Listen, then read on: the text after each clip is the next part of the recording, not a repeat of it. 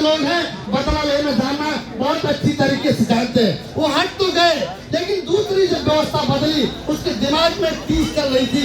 यहाँ का आदमी, यहाँ का कामगार हमें नंगा करने का काम किया है, इसलिए इसके साथ लगातार उत्पीड़न और अन्याय की कार्रवाई की जाएगी। उसका खामियाजा कहीं न कहीं न सिर्फ यहाँ के कामगारों के परिवारों बल्कि ऊर्जा उद्योग पे लगातार पड़ रहा है। इसलिए आने वाले दिनों में भ्रष्टाचार के खिलाफ, अन्याय के खिलाफ, उत्पीड़न के खिलाफ और अलोकतांत्रिक व्यवस्था के साथ ऊर्जा क्षेत्र को डिरेल करने के खिलाफ सड़कों पर जनता को जोड़ने का काम हम करने जा रहे हैं। यह आंदोलन कल बिजली कर्मियों का नहीं होगा, यह आंदोलन आम जन आंदोलन में बदलने जा रहा है। उदाहरण के रूप में बताऊंगा, 2020 में जब प्राइवेटाइजेशन का लड़ाई चल रही थी, पूरे प्रदेश में जब लड़ाई चल रही थी, इलाहाबाद में पहली बार हुआ। जब इलाहाबाद बिजली जब जाती है तो आज छात्रों का हुजूम होता है। आप जानते होंगे कहीं बिजली जाती है तो उस बिजली घर पर कौन फोड़ होती है या कर्मचारियों के साथ दुर्व्यवहार होता है। लेकिन पहली बार जब 2020 में इलाहाबाद में बिजली गई रात में, तो वहाँ के छात्रों ने कहा बिजली कर्मी जिंदाबाद, बिजली विभाग जिंदाबाद, निजीकरण मुर्दाबाद, हर्षवर्धन मुर्दाबाद, हर्षवर्धन मुर्दाबाद।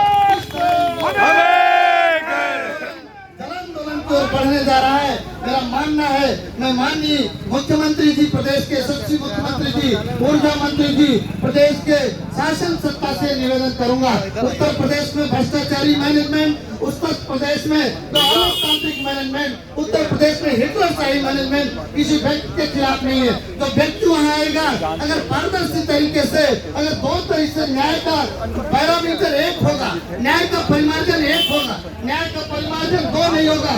ऐसी दृष्टि में न्याय के लिए पराकाष्ठा है। न्याय का परिमार्जन समझ लीजिए, न्यायाधीश की नजर में हमेशा अगर कितना भी बड़ा विक्टिम है, वो पहली दशा में उसे एक अच्छे निगाह से देखता है, उसे एविडेंस देने का अवसर देता है। लेकिन वह न्यायाधीश जिसकी नजर में पहली बार की वो विक्टिम है और वो दोषी है, उसे सजा देना ही देना है, वो कैसा न्यायाधीश होगा, वो कैसा न्याय का परिमार्जन करेगा। इन तमाम बातों को लेके हम सड़कों की ओर चल रहे हैं। मेरा निवेदन है, कल से आंदोलन को तेज करिए, कल से आंदोलन को प्रभावित करिए। अगर द्विवेदी साहब शक्ति भवन से लोगों को उतारिए, लेसा के लोगों को उतारिए, यहाँ हजारों की संख्या में। और बड़ी चीज को हमें देखना है कि 100% 5 बजे के बाद हमारी मॉनिटरिंग होगी।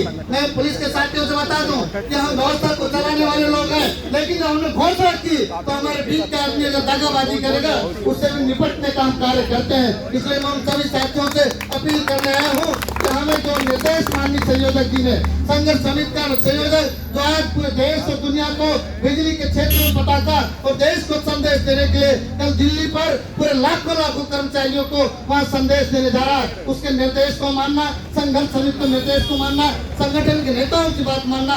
मैं दावे के साथ कहता हूँ, आने वाले दिनों में तुम्हारे साथ अन्याय होगा तो ये सुहेल और वरिष्ठ उपाध्यक्ष प्रभात सिंह जयप्रकाश पहली लाइन में जेलों की ओर जाने के लिए होंगे, इसमें कहीं कोई विरोध नहीं।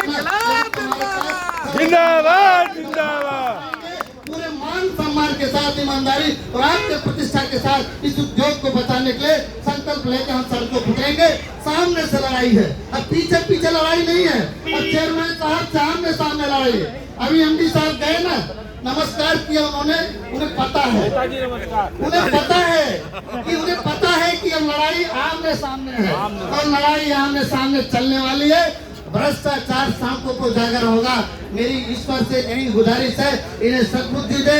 समय से अगर इनके अंदर जो अहम है, क्योंकि अहम कभी किसी को साथ नहीं देता। 1 लाख फूट सवा लगना थी, ता रावण घर दी अनुपाति, लंका सी कोट समुद्र सुखाई, ता रावण की खबर न पाई। मैं किसी की तुलना नहीं कर रहा हूँ, लेकिन